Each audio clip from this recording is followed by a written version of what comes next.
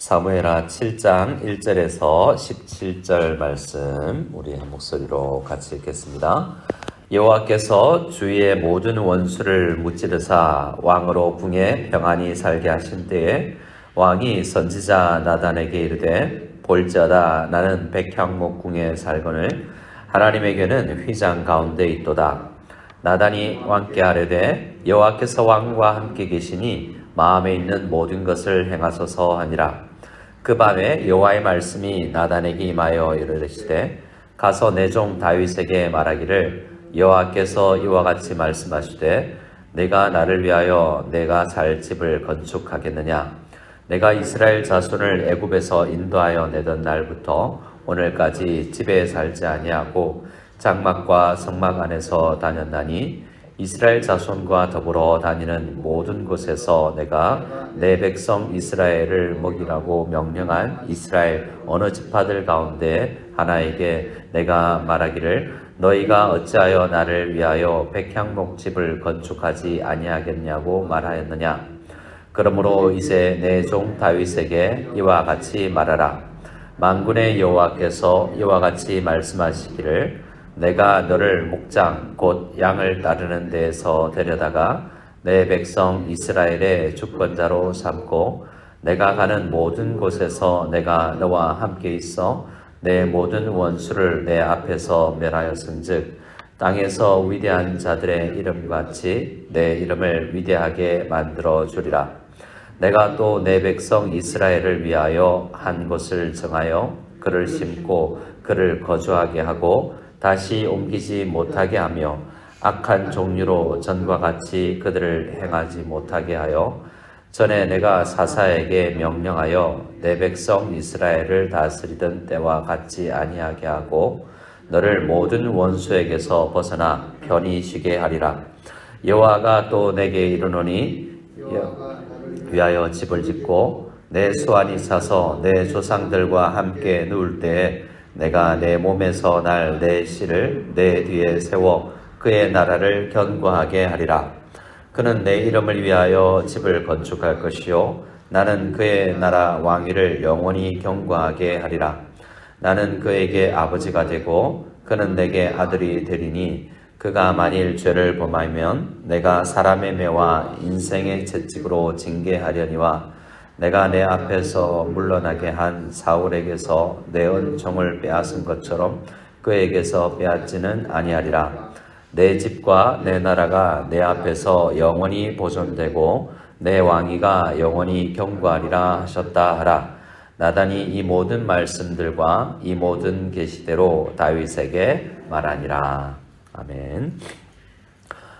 오늘 말씀은 다윗의 언약이라고 알려져 있는 본문입니다. 학자들은 이 사무엘서 7장의 다윗의 언약이 사무엘하의 핵심 중의 핵심, 또 구약 성경 중에서도 아주 중요한 부분이다라고 이야기를 합니다. 영원히 변치 않는 약속을 다윗에게 해주시고 계신 거죠. 역사를 보면 구약 역사를 보면 하나님께서는 아담과 약속을 하셨고 또 노아와도 약속을 하셨고 아브라함과도 약속을 하시면서 이렇게 여러 번 언약을 맺으시는 것을 볼 수 있습니다. 그 언약의 특징이 있는데 이것은 사람이 어떻게 하면 되고 하면 안 되고 하는 것이 아니라 하나님의 일방적인 계획과 또 약속입니다. 그래서 어떤 면에서는 하나님은 전지전능하시고 뭐든지 할 수 있는데 사실 구약 성경에 나오시는 하나님은 뭐든지 하실 수는 없어요. 어떤 의미에서는 말이죠. 하나님은 약속하신 것 이외에 약속을 어기실 수는 없는 분입니다. 그래서 오늘 다윗에게 준 이 약속은 우리에게도 이어지고 있어서 하나님은 그 약속 안에 제한이 되시는 분인 거죠. 약속을 안 하셨으면, 말씀을 우리에게 안 하셨으면 그렇게 안 하셔도 될 텐데 하나님은 우리에게 약속하면서 그 제한대로 사시는 것입니다. 근데 우리는 자주 약속을 깨뜨린다라는 것을 생각하면서 오늘 신실하신 하나님의 그 약속을 붙들고 비록 우리는 아직은 연약하지만 우리도 주님을 닮아가서 그 신실함을 조금 더 주님을 닮아가는 신실한 성도들이 다 될 수 있기를 원합니다. 5장, 6장을 보면 통일을 한 다윗이 한 큰 일들이 있는데요. 예루살렘 400년 동안 사사시대 이후에 여호수아 이후에 정복하지 못했던 그 땅을 정복합니다. 그리고 언약궤 20여 년 동안 방치되어 있다시피 한 그 언약궤를 예루살렘으로 모시고 오죠. 그리고 7장에 여호와께서 주의 모든 원수를 무찌르사 다윗 왕으로 궁에 평안히 살게 하신 때에 다윗에게 해주신 약속을 기록하고 있습니다. 학자들은 이 일이 시간적으로 흘러간 건 아니라고 생각해요. 왜냐하면 아직 예루살렘을 점령하고 나서 이 언약궤를 모시고 오고 나서 아직도 많은 전쟁이 있기 때문에 여기 1절에서 이야기한 평안하게 살 때는 아니다라는 생각을 할 수 있게 됩니다. 우리가 7장을 묵상하고 나면 8장부터 많은 전쟁이 있거든요. 또 10장에 가도 암몬과의 전쟁이 있습니다. 그래서 이것은 시간적인 서술이라기보다 신학적으로 이 예루살렘과 또 언약궤가 오고 그 언약궤 앞에서 또 약속을 해주시는 하나님의 이 신학적 서술이라고 보면 되겠습니다. 왕이 먼저 2절에 보면 생각을 해냅니다. 선지자 나단이 있는데요. 그에게 말을 합니다. 한우는 야 나는 이렇게 좋은 집에 사는데 백향목으로 만든 좋은 집에 사는데 하나님의 언약궤 만군의 하나님 여호와의 언약궤는 휘장 가운데 임시 거처에 있는 것 같다라는 생각을 하게 되죠. 귀한 생각이고 그래서 집을 지어드려야 되겠다라고 생각을 합니다. 그랬더니 나단이 여호와께서 왕과 함께 계시니 마음에 있는 모든 것을 행하십시오 라고 조언을 해줍니다. 나단의 생각에도 좋다라는 거죠. 아마 왕이 왜 이런 생각을 했는지 기본적으로 마음을 보면 자기가 하나님을 얼마나 귀하게 생각했으면 나같이 비천한 인간도 이런 좋은 집에 사는데 하나님의 임재를 상징하는 교회는 텐트 가운데 있는가라는 생각을 자연스럽게 할 수 있었을 것입니다. 하지만 어찌 한번 생각해 보면 하나님은 그동안 구약시대에 이 성막이라는 텐트 속에서 계셨지 않습니까? 그래서 그런 형태로 성막을 재건하면 될 텐데 왜 성전을 지으려고 했는지 그 부분은 잘 알 수가 없습니다. 힌트를 좀 가진다면 신명기 12장에 보면 성전을 언젠가는 평안할 때는 성전을 건축하게 될 거라는 어떤 암시, 명확한 글은 아닐지라도 그런 암시가 있어요. 그래서 다윗이 생각하기는 이때가 그때가 아닌가라는 자기 때와 하나님의 그 약속과 그 연결해서 해석을 해보았던 그런 것이라고 생각해 볼 수 있습니다. 다윗은 이렇게 하나님의 말씀, 그때는 창세기부터 신명기까지가 있었을 텐데요. 그 말씀을 늘 옆에 두면서 내가 어떤 왕이 되어야 되지? 내가 직분을 어떻게 행하여 옳을까? 늘 묵상하면서 자기의 삶을 돌아봤을 것을 생각해 볼 때 아마도 신명기 12장 말씀을 묵상하면서 이 생각을 했을 것이다 라고 우리는 떠올려 볼 수 있습니다. 그런데 4절에 보면 그 밤에 이 인간적 대화가 이어지고 난 다음에 하나님께서 개입하십니다. 나단 선지자에게 임하셔서 말하는데요. 내 종 다윗에게 가서 전하라 하면서 결국 5절에서 17절 말씀은 다윗 보고 짓지 말라고 그래라. 다윗 아니다. 그리고 하나님께서 약속을 해주시는데 내가 그를 위해서 집을 짓지 그가 나를 위해서 집을 짓지는 못하는 것이다 라고 말씀해 주시고 또 그는 아닐지라도 나는 언젠가 성전 건축을 허락할 텐데 다윗이 할 일이 있고 그의 아들 솔로몬이 해야 될 일이 있다 이런 말씀을 해주시는 것입니다. 차례들 하나씩 보면 5절부터 말씀하시기를 내가 살 집을 그가 건축하겠느냐라고 물어보라고 이야기합니다. 하나님은 나중에 솔로몬이 성전을 짓고 나서 기도했던 것처럼 하나님은 어디 한 장소에 제한될 수 없는 분입니다. 아무리 좋은 건축물을 지었다 한들 아무리 높은 빌딩을 지었다 한들 하나님은 지구보다 우주보다 크신 분이니 하나님이 거하실 집을 짓는다는 것은 말이 안 되죠. 또 6절, 7절 보면 한 번도 내가 집을 지어달라고 부탁한 적이 없다라고 이야기합니다. 그 이유가 있다라는 것이죠. 하나님께서는 기본적으로 모든 이스라엘과 어떤 특정 상황에 항상 같이 다니고 싶어 하시는 그러한 영역을 표현하기 위해서 집을 짓지 않았고, 또 성전을 짓게 되면 야, 우리 집 근처에 성전이 있다 자랑하게 되잖아요.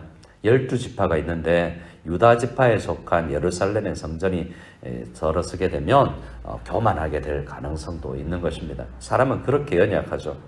여러 가지 이유로 하나님께서는 아직 한 장소에 선택해서 성전을 허락하지 않으시면서 하나님이 어떤 분인지를 나타내셨습니다. 우리와 늘 동행하시는 분, 우리보다 앞서 행하시는 분이라는 것을 나타내시기 위하신 것이었죠. 그리고 다윗에게 이야기합니다. 네가 지금 나를 위해서 집을 짓겠다라고 생각한 건 귀한 일인데 사실은 지금 내가 너를 위해서 집을 지어가고 있다라고 말씀하십니다. 우리 8절 말씀을 같이 한번 한 목소리를 읽어볼까요? 8절 읽겠습니다. 그러므로 이제 내 종 다윗에게 이와 같이 말하라. 만군의 여호와께서 이와 같이 말씀하시기를 내가 너를 목장 곧 양을 따르는 데에서 데려다가 내 백성 이스라엘의 주권자로 삼고. 하나님이 다윗을 어릴 때부터 선택해서 그 8명의 아들이 있는데 그 막둥이 그 양치고 있는 그 어린 다윗을 선택해서 지금 왕으로 세울 때까지 하나님이 빚어오고 계시다는 거예요. 그 인생 가운데 아마도 이 20년, 30년이 걸리는 이 세월 가운데 다윗이 얼마나 힘들었겠습니까? 골기도 하고 전쟁도 하고 쫓겨다니기도 하고 광야 생활을 하고요. 경제적으로 어렵기도 하고 수모를 당하기도 하고. 근데 그 모든 과정을 하나님은 내가 선택해서 데려다가 왕을 삼는 과정이다 라고 이야기합니다. 이렇듯 하나님께서는 우리 모두를 창세전에 선택하시고 빚어가시는 중이라는 거죠. 다윗에게 그걸 깨달아라 라고 이야기합니다. 하나님은 우리 몸을 성전 삼기 위해서 우리를 훈련하시고 다듬으시고 빚어나가시는 중에 있다라는 것을 이 말씀을 통해서 깨닫기를 원하는 것입니다. 10절 말씀에 내가 또 내 백성 이스라엘 위해서 한 곳을 정하여 그를 심고 그를 거주하게 하고 다시 옮기지 못하게 하여 라고 이야기하면서 10절 11절에는 이제 안전하게 내가 지켜줄게, 집을 지어줄 뿐만 아니라 너를 인생을 만들 뿐만 아니라 안전하게 내가 보호해 줄게 라고 말씀을 하십니다.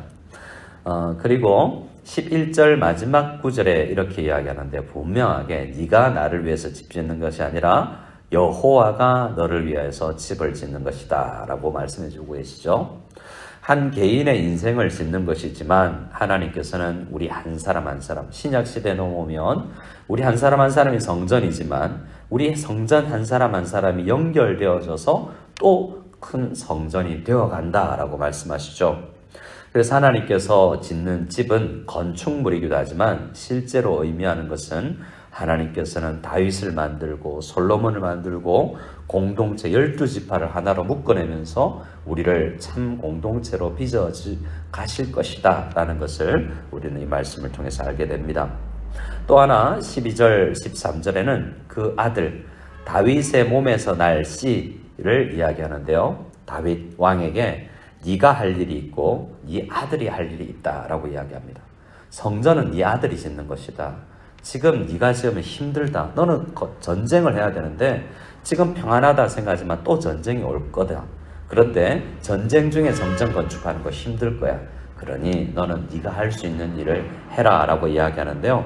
나의 일을 제한하는 것이라기보다도 사실은 하나님은 다윗을 생각해 주시는 것도 있는 것입니다.